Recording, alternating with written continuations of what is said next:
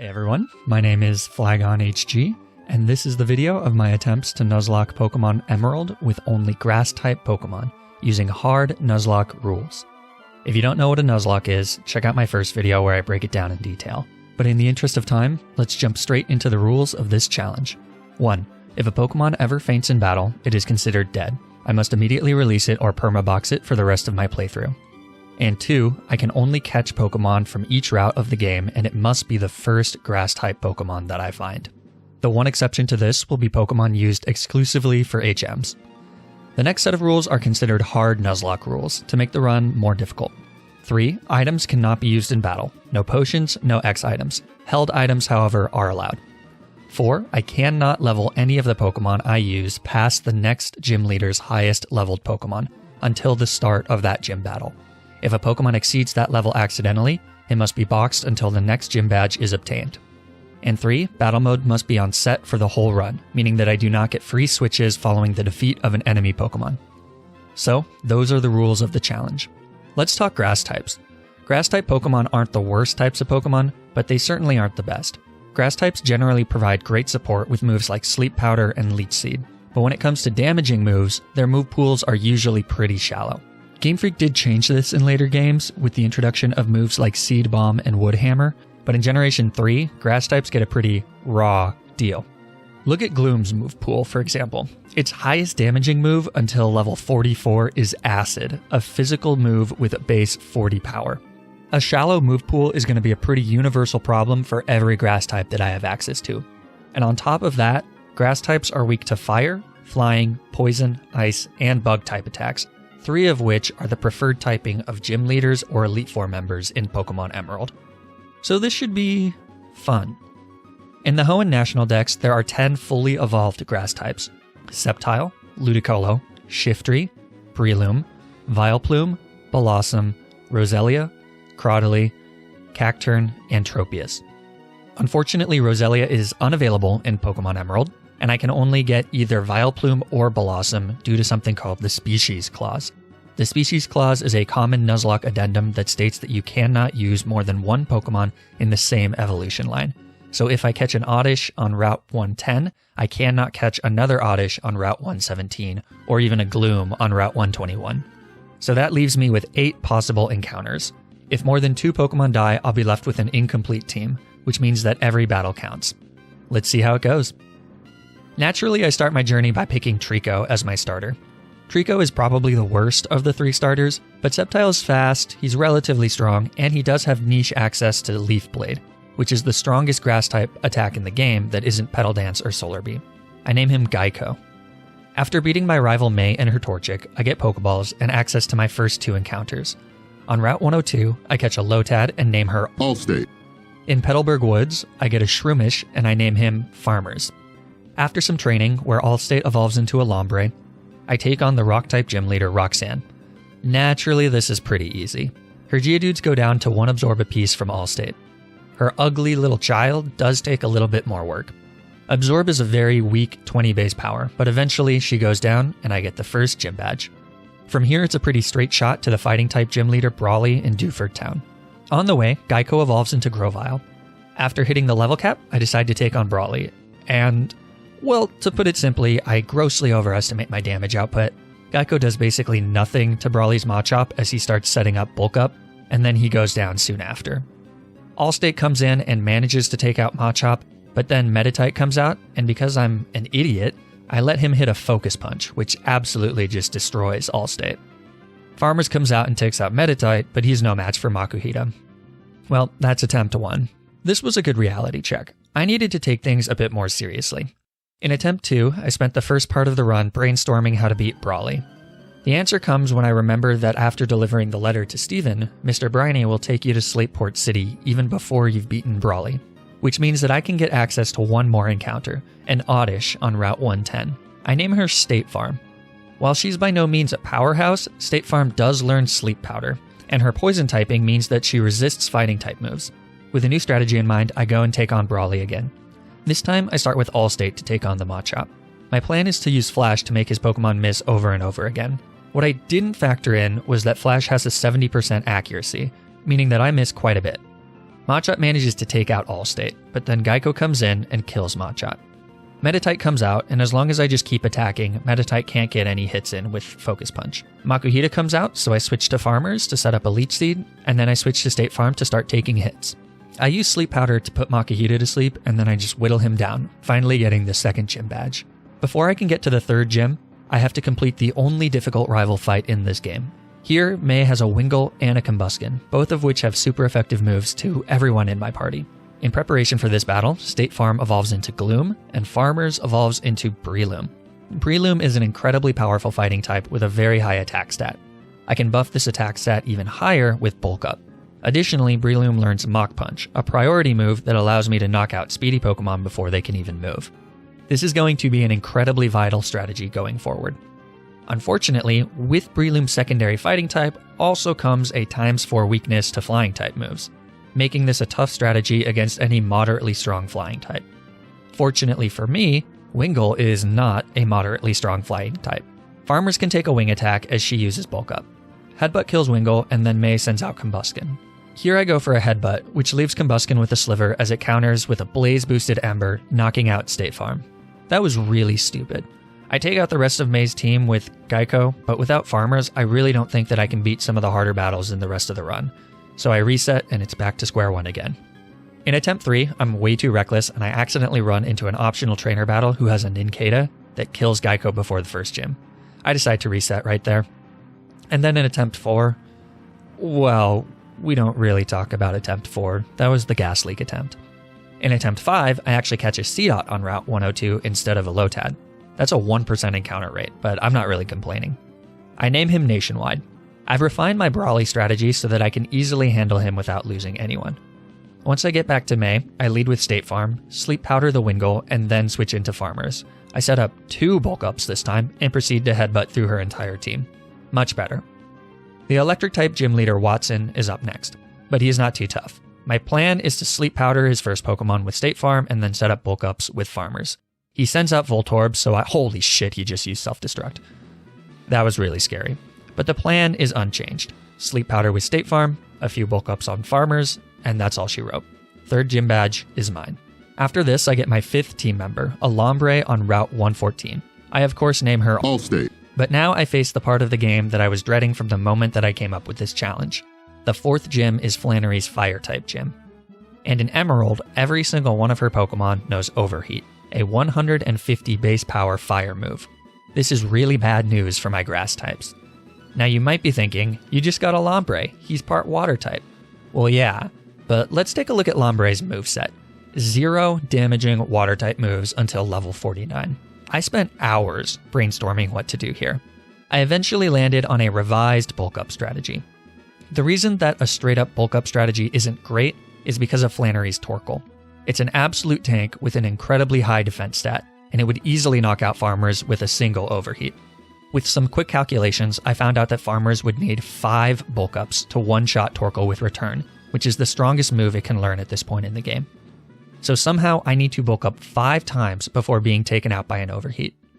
Fortunately, Flannery starts with a Numel, which is much easier to set up on. I start with Gloom, who I know can tank 1 Overheat. Learning from the Flash fiasco in attempt 2, I Sweet Scent to lower Numel's evasion, and then I hit it with a Sleep Powder, which now has 100% accuracy. I switch to Allstate and start hitting flashes. It's still not 100% accurate, but it's pretty close. After hitting 6 flashes, I switch back to State Farm and put the Numel to sleep. I switch to Farmers, and then Numel wakes up instantly. Fortunately, he misses Overheat. On the next turn, I start setting up Bulk Up, and he hits an Overheat. Farmers goes down. And with that, my hopes of beating this battle are over. I don't even try to finish the battle. It's back to square one, again. In the throes of defeat, I realize the errors of my way. With a few tweaks to my strategy, I can make the battle with Flannery relatively foolproof, save for a couple potential critical hits. Now that this is my 6th time going through the first part of the game, it goes relatively quickly. I catch a Lotad on Route 102 again, so I pick up Seedot on Route 117. Before I get to my second attempt at Flannery, I want to talk about something that is usually completely overlooked in most casual playthroughs: effort values.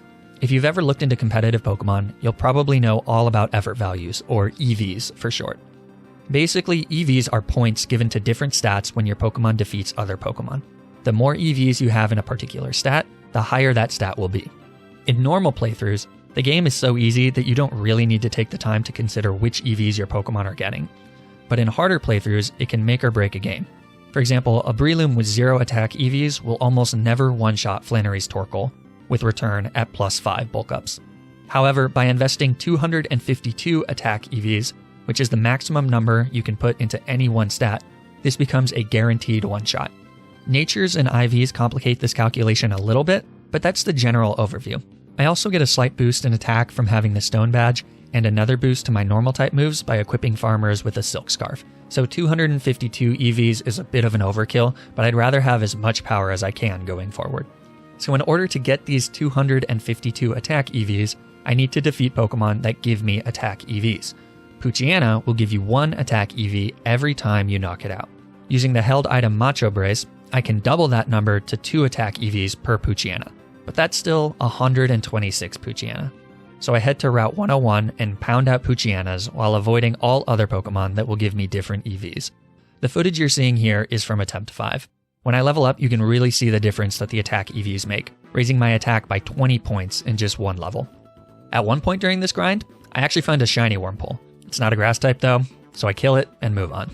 Anyways, now that brief lesson in EV training is over, I take on Flannery again. My strategy is relatively the same, only this time the plan is to get Numel to hit Allstate or State Farm with 1 overheat, because they can both tank one of those hits. This will lower Numel's special attack by 2 stages, meaning that he won't be able to one-shot farmers, even if he manages to connect through all the flashes. The only way this doesn't work is if Numel lands a critical hit overheat, which is definitely a possibility, but it's about all I can do. The battle starts off with Numel hitting a soft magnitude as State Farm uses Sweet Scent. I put the Numel to sleep on the next turn. I hit a second Sweet Scent to make Flash 100% accurate, but Numel wakes up and hits an overheat, bringing State Farm down to 2 HP. For the record, I did pump State Farm full of HP EVs before this fight by fighting Whismur's in Verdanturf Tunnel. Talk about an immediate return on investments. I put the Numel to sleep and switch to Allstate, who starts hitting it with flashes. After 6 flashes, I switch to Farmers and start bulking up. On the 5th bulk up, he hits a magnitude for 2 damage, but it's all over by now. I sweep through Flannery with return. Thank God that's over. The 4th gym badge is mine. The next gym leader is the normal type gym leader, Norman, who happens to be my dad. Before taking him on, I get access to 2 more encounters. In the desert on Route 111, I catch a Cacnea and I name him Liberty, and replace Nationwide the C-Dot. Of the 2, Cacturn is a much stronger dark grass type. I also pick up the root fossil and head to Rustboro City to revive it into a Lileep. I name him USAA. These pickups are both pretty useless at my current level cap, but I'm happy that USAA will finally give me a Pokemon that's neutral to flying type attacks. Now it's time for Norman. He starts with a Spinda who loves to Teeter Dance, but equipping State Farm with a Person Berry means that it's a free turn to use Sleep Powder. I switch to Farmers and start using Bulk Up. Spinda wakes up and hits a Teeter Dance, but another Person Berry means I go unpunished. I Mac Punch it down and Vigoroth comes out. I bulk up again and then kill Vigoroth with a Mac Punch. Linoon comes out and I predict a Belly Drum, so I go for another bulk up and I kill it with another Mach Punch. Last is Slaking. I know that 1 Mach Punch won't kill it from here, and Slaking might use counter, so I go for another bulk up. On his loafing turn, I hit a Mac Punch, which leaves him with a Sliver. From here, it's just a few more Mac Punches as he heals a few times. Good game, Dad. You suck. Next up is the flying type gym leader, Winona. This is a huge problem. My strongest Pokemon, Farmers, is 4 times weak to flying type moves. Winona also uses a move Aerial Ace, which never misses, so I can't rely on flash shenanigans. So the regular Farmer strategy isn't a great option. While brainstorming, I EV train USAA in attack and HP EVs, and I EV train Liberty in HP and special attack EVs. He evolves into Cacturn. I also catch my final encounter, a Tropius, that I name the General. Tropius is a very cool looking Pokemon, but he's pretty weak, so he goes in the box next to Nationwide for now. So after some calculations, I come up with what I think is a pretty surefire strategy.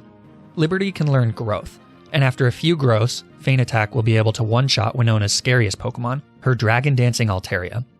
The problem is finding a weaker Pokemon to set up on.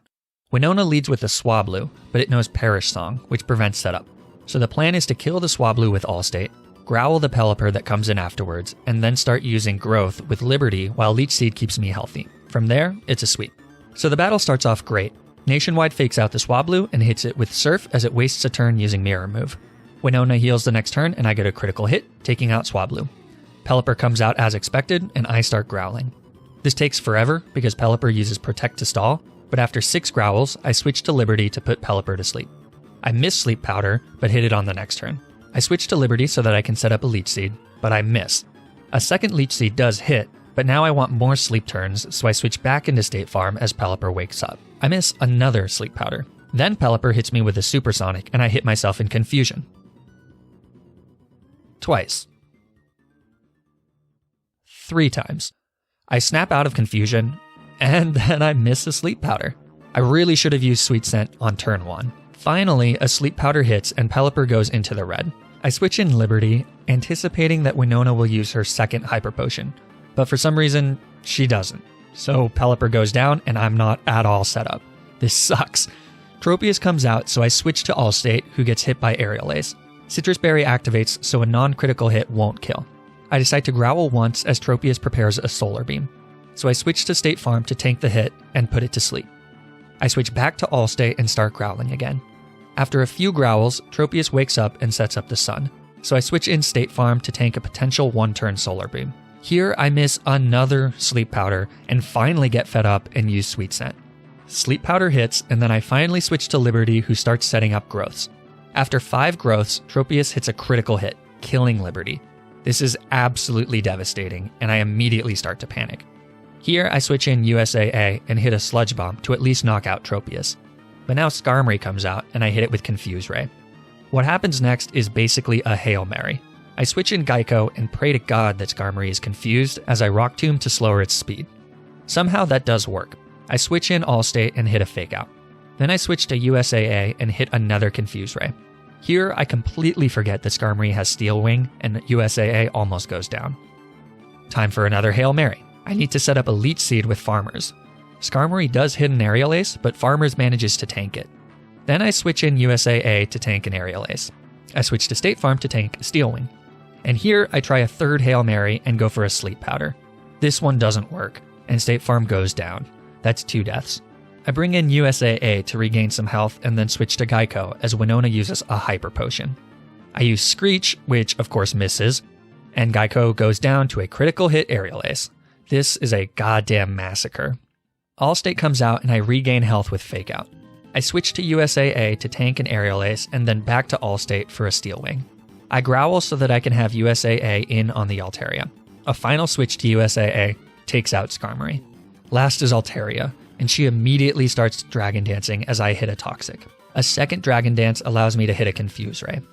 Altaria hits an Aerial Ace, leaving me with a Sliver as I hit a Sludge Bomb. Right now, if Altaria hits itself in Confusion next turn, I win. If not, I'm losing one of my 3 remaining Pokemon. I just have to risk it with USAA. So I click Sludge Bomb, and Altaria snaps out of Confusion, killing my 4th teammate. Allstate comes out to finish Altaria off with a Fake Out, winning me the Gym Badge, but man do I not feel good about this. That was awful. I did have a string of bad misses in the middle there, but honestly, I played this one really poorly and made a ton of mistakes. I never should have opened myself up to that many potential critical hits. In preparation, I also made a few critical mistakes. The biggest mistake was that I didn't know that I had access to Ice Beam. The TM for Ice Beam is on C Mauville. I thought it was behind a dive spot, but it turns out that it was completely accessible to me and would have made Altaria significantly easier. Oh well, I guess. At this point, I have to decide whether to restart or soldier on with my 4 remaining Pokemon. Good news is that Farmers the Breloom did make it out in one piece. Bad news is that there are a few fights coming up that I was really relying on Crawdaddy for. I do decide to keep going though. I EV train Nationwide in Special Attack and Speed as she evolves first into a Nuzleaf and then with the help of a Leaf Stone into a Shiftry. I also EV train the General in Special Attack and HP.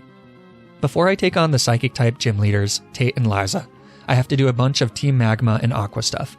Normally, I'd skip the Evil Team stuff, but Maxie has a Crobat, which is incredibly fast and incredibly strong, making this fight incredibly scary. Any strategy I could come up with is susceptible to a critical hit, so I just have to risk it. Farmers sets up a Bulk Up as Maxie's Mightyena uses Scary Face. He hits me with a Takedown as I use another Bulk Up. He then gives me a free attack boost with Swagger as a Person Berry cures my confusion, and I go for a third Bulk Up. A Mach Punch takes care of Mightyena. Crobat comes out, and it'll just be faster than me, so I click Return and hold my breath. Wing Attack comes out, thankfully doesn't crit, and I counter with Return. Camera Up comes out, so I switch to Allstate and knock it out with 2 Surfs. That was lucky. Now it's time to take on Tate and Liza, but compared to Winona, they're a cakewalk. I lead with Allstate and Nationwide. After a single growth, Nationwide can one-shot all of their Pokemon. So I fake out the Xatu and set up a growth. Claydol hits a pretty hard Earthquake, but I can survive a few more of those. I take out Xatu with Feint Attack, and Allstate does some baby damage with Surf as Solrock comes in. Claydol hits another Earthquake and manages to take a crit on Allstate. I'm at risk to another critical hit Earthquake, so I switch out Allstate for the General and take out the Solrock. Lunatone only knows Psychic as an attacking move, so I take out Claydol the next turn. Magical Leaf plus Feint Attack is enough to take out Lunatone, winning me an easy 7th badge. Next up is more Team Magma, Team Aqua stuff, including a rematch with Maxie and his Crobat. This time, it's a double battle against Maxie and his admin with Steven Stone on my side. I'm a little worried because computer partners can be a nightmare to deal with. Fortunately, Steven and his Metang are total bros. I start with Lombre to take the Intimidate and then switch in Breloom, who gets a free attack boost from Swagger after a Person Berry cures my confusion. I knock out Camera Up with Return, and on the next turn, I knock out Golbat.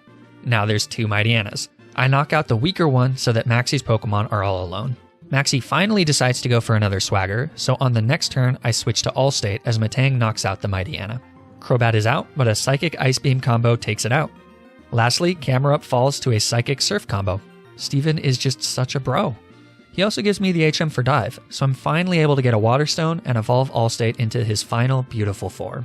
Next is a fight with Archie, who also has a Crobat, but this goes exactly the same as the first Maxie battle. I hate gambling on no crit from Crobat, but it does work out. After fast forwarding through the Weather Wars, it's time to take on Juan, who straight up does nothing the entire time that 3 legendary Pokemon are waging war a mere 6 tiles away from his gym. It should come as no surprise that the Water-type gym is pretty easy. He starts with Love Disc and I set up Bulk Up. Not wanting to deal with Attract, I go for a quick kill with Mach Punch. Celio comes out and goes down to a Mach Punch. Kingdra, his ace, comes out and tries to set up with Double Team, but I hit it with a Return. I go for another Bulk Up as he rests. 2 more Mach Punches take it out as he just tries to do more Double Teams. Lastly, Return one-shots the Whiscash and Mach Punch one-shots the Crawdon. What an underwhelming 8th gym badge. With all 8 gym badges, it's time to head to Victory Road and take on the Elite Four. Here the level cap is equal to the strongest Pokemon of the last Elite Four member, but does not include the champion Wallace. Drake has a Salamence at level 55, so I train up my team of 4 and get ready for the final challenge. First is Sydney, the Dark-type trainer. And let's not sugarcoat it, this dude is a total joke. 1 Bulk Up with Farmers to compensate for the Intimidate attack drop makes all his Pokemon a one-shot with Brick Break. Next is Phoebe, the Ghost-type trainer. I start with Nationwide and set up a growth while her Dusclops uses Protect. All her Pokemon are one-shots by Feint Attack with the exception of Sableye, who goes down soon after. 2 down, and we haven't even broken a sweat. Things are going well. Third is Glacia, the Ice-type trainer, and all of her Pokemon also get one-shot by Brick Break after a single Bulk Up from Farmers. Okay, the 4th Elite Four member is actually a bit scary. Drake and his Dragon types all have moves that make it a bit harder to do the Bulk Up strategy, but it's nothing an Ice Beam tech can't handle. Drake leads Shelgon, and after a Protect, Allstate takes it out with a single Ice Beam. Altaria comes out, wastes time Dragon Dancing, and then goes down to an Ice Beam. Kingdra comes out, and now things get a little more difficult. I switch to Nationwide as Kingdra sets up a Dragon Dance. I use Growth as Kingdra uses Smokescreen, which is removed with a White Herb. Next turn, Kingdra hits a critical hit Body Slam as I go for a second Growth. Well, switch out time, I guess. I go to Allstate, hit a Fake Out, and then miss an Ice Beam as Kingdra uses Smokescreen. Kingdra goes for another Dragon Dance, and I hit Ice Beam, which happens to freeze him. I switch out to the General, Growth once, and hit a Magical Leaf. Kingdra full restores as I hit another Magical Leaf. We trade Body Slams and Magical Leafs, leaving the General with 19 HP and Kingdra going down. Flygon comes out. Oh hey, that's me! I switch to Allstate, and Flygon hits a Dragon Breath, paralyzing Allstate. Not great, Flygon. Come on, man. An Earthquake comes out, and thankfully I connect with an Ice Beam for a one-shot. Last is Salamence, who does scary damage with Dragon Claw and then goes down to an Ice Beam. Honestly, I probably would have lost if Kingdra hadn't gotten frozen. I have no idea what I was going to do. That was pretty lucky. Last is the champion Wallace. And you might think that this should be pretty easy since Wallace focuses on water types, but Wallace has a very strong, very fast Tentacruel that can probably one-shot my whole team with a critical hit Sludge Bomb. Many of his other Pokemon also know Ice-type moves, so this battle is by no means free. But I do have a plan. Wallace leads with Wailord, who has Blizzard, Double Edge, and Water Spout. The plan is to stall out Wailord with Allstate until it runs out of Blizzard PP, and then switch to Nationwide and set up growths. With the Dynamo Badge boost to his speed, he should be able to just ever so slightly outspeed Tentacruel. Things go pretty well with Nationwide lowering Wailord's attack stat with Growl as it tries to bait out Blizzards. At one point I do get frozen, karma I guess, but it's not a huge deal since Wailord kindly sets up Rain, giving Allstate some free health from her Rain Dish ability.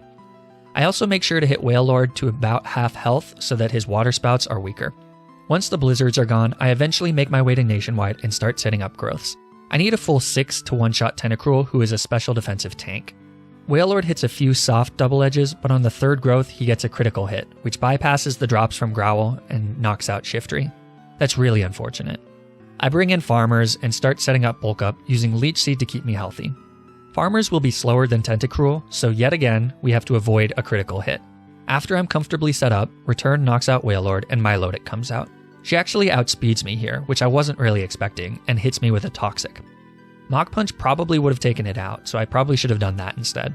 Return kills Milotic, but now Farmers is on a timer. Tentacruel comes out and I roll the dice one last time. An Ice Beam comes out and doesn't crit, as I counter with a Return, which ironically does crit, not that it necessarily mattered. Next is Whiscash, who goes down to a single Return. Next is Ludicolo, who will go down to a Return, but then Farmers will succumb to Toxic the next turn. Since this is the last fight, that's not a huge deal, but before that I go to check the stats on the General to make sure he can take the Gyarados waiting in the back. But instead of checking his stats, I accidentally just switch him in. Oops. This ends up being fine though, because I just set up growths as Ludicolo starts setting up double teams. What this asshole doesn't know is that I have Magical Leaf, which never misses. So after 6 growths and recovering health with Synthesis, I knock out Ludicolo with Magical Leaf. Last is the Gyarados, who hits a wet fart of a Surf and goes down to a Magical Leaf, winning me the match and the run. Well, that was insane. Definitely the hardest Nuzlocke challenge that I've done, but I had a ton of fun. There were so many fights that pushed me to brainstorm crazy strategies and think on my feet. I definitely choked pretty hard on the Winona fight, and keeping Lileep alive would have made some of the later fights a lot less risky. But overall, I'm pretty proud of how I problem solved my way through this incredibly tough challenge. If you enjoyed watching this, please like the video and subscribe. And comment down below if you think you have a strategy that would have made some of those battles easier. Let me know what I did wrong. The plan for my next video is to do a hard Nuzlocke playthrough of Heart Gold using only Headbutt Pokemon. So until then, thanks for watching.